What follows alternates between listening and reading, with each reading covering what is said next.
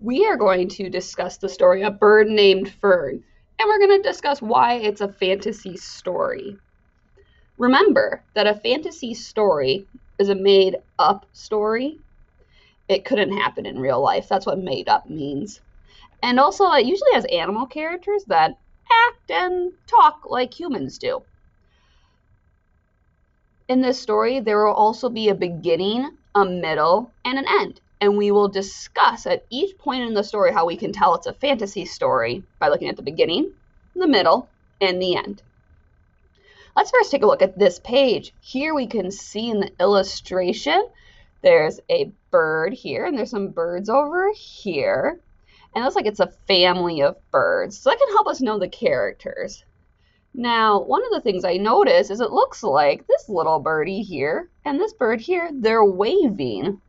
Birds don't wave. That's a human action. So these birds are waving to this other adult bird, but that's not something birds really do. Now we're going to take a look here at page 142 and 143. I want you to notice there's a little bird here.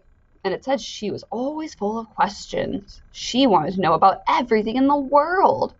One day, Fern saw something up in the sky. What is the big white boat doing in the sky? She asked herself.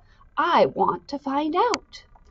There's something about this section here that makes me know it's a fantasy story. What's that? What helps me know it's a fantasy? Fern is talking like a human does. And so we can see that quotation marks, remember that's when a character talks.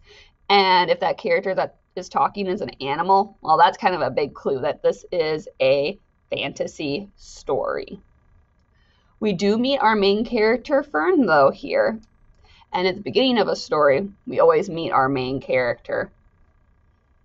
We also can see what the setting is. What is the setting of the story here?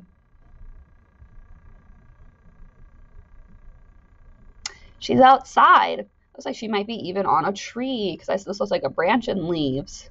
And we can see the sky.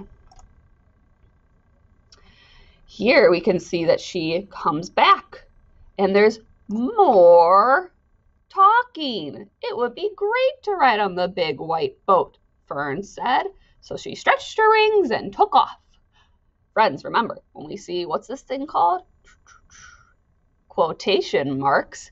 That tells us a character is talking.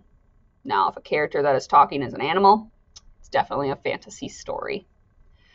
Let's go ahead and we are coming to the middle of our story now because we understand we have Fern and she's our main character and the setting's outside. And this is the middle of the story. We can see that Fern likes to explore. And now she's going to explore what this white item is in the sky.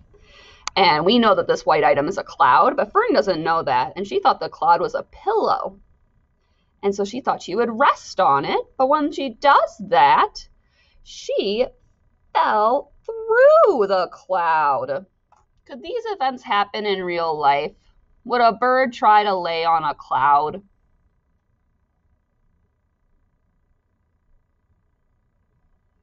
No, birds wouldn't try to lay on clouds. And they want to do that because they have an understanding. I mean, they might not know what a cloud is, like what a cloud is made of, but they understand that it's not a bed for them. Birds' natural instinct is to go sleep in their nest or find a tree. And so this event couldn't really happen in real life.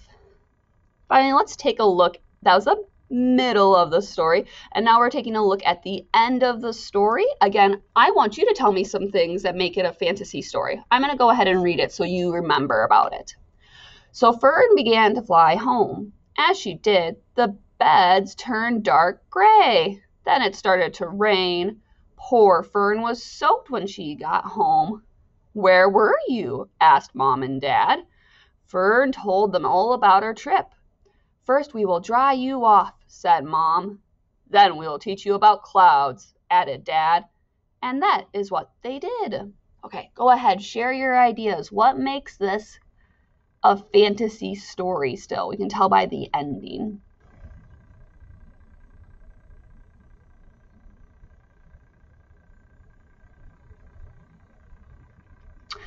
One thing is, of course, that the birds are talking. Mom and Dad bird, they're talking to Fern. Makes it a fantasy because they're acting like humans.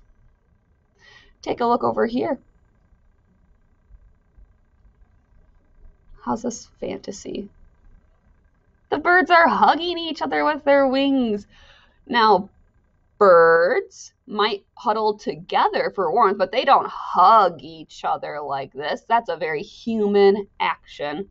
Nice job finding reasons why this story is a fantasy story. Remember, fantasy stories are made up. It's things that really couldn't happen. And those characters, if they're animals, will act and speak like humans.